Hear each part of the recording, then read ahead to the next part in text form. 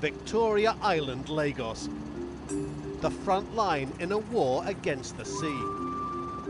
A Nigerian island that's been shrinking in size for decades, losing up to 10 meters of shoreline a year from coastal erosion. But a battle is now joined to tame the ravages of ocean surge by constructing a formidable sea defense system. This sea, you can hear it now. It's incredibly powerful, this wave surge. Yeah, these waves have been generated hundreds and hundreds of miles and kilometers away in the middle of the Atlantic Ocean, somewhere between here and Brazil. And they are approaching the coastline and hammering this beach. The first phase is already won.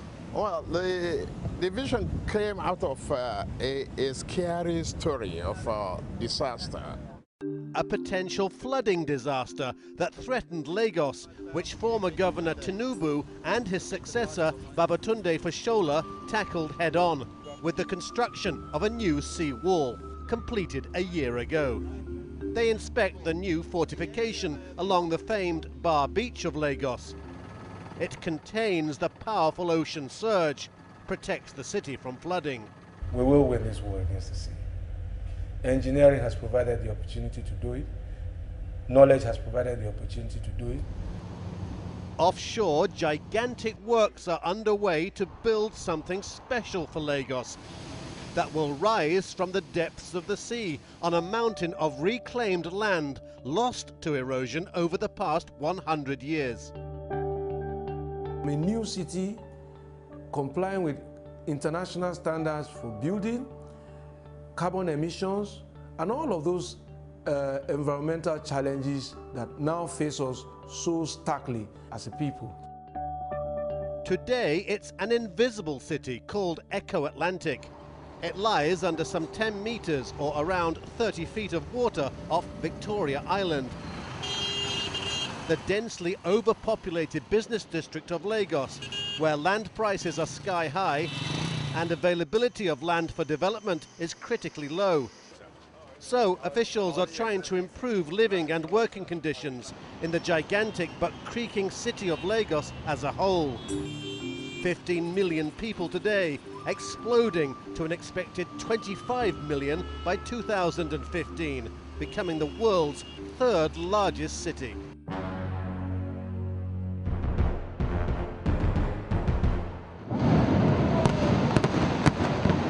Dust settles on the successful demolition of a derelict building to make way for urban renewal. It's planned that the new city will be the absolute opposite of this rush hour mayhem in the heart of Victoria Island, now strangled by dense traffic amid a riot of noise and overheated frustration. In stark contrast, the Echo Atlantic drawing board shows a state-of-the-art city.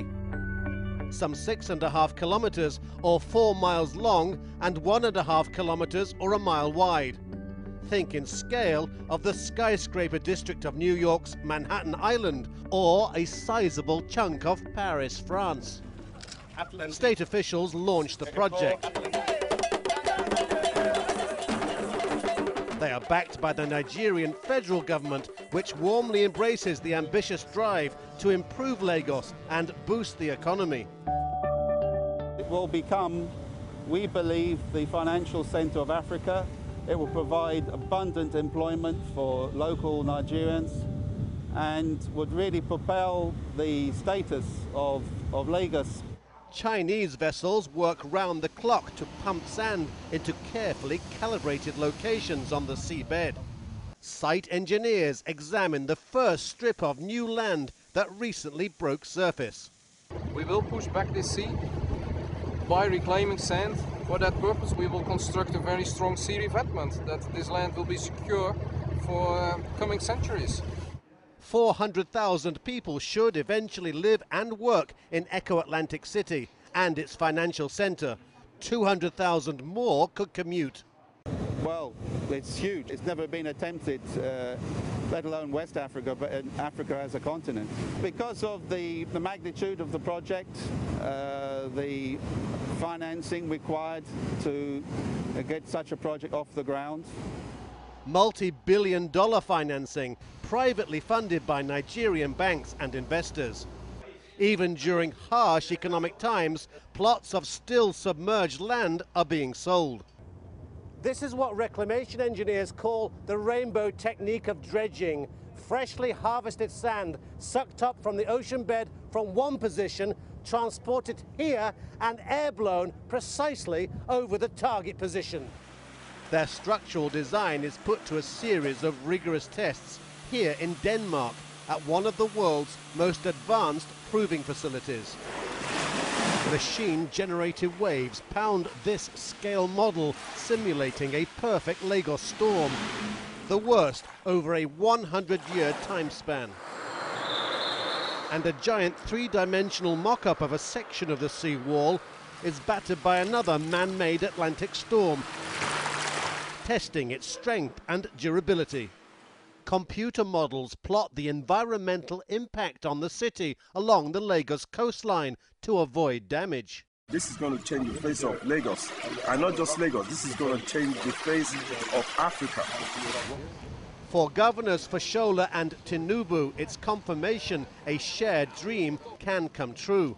Today, a liability that threatens the entire Victoria land of Lagos has been arrested and is being converted to a great asset of prosperity.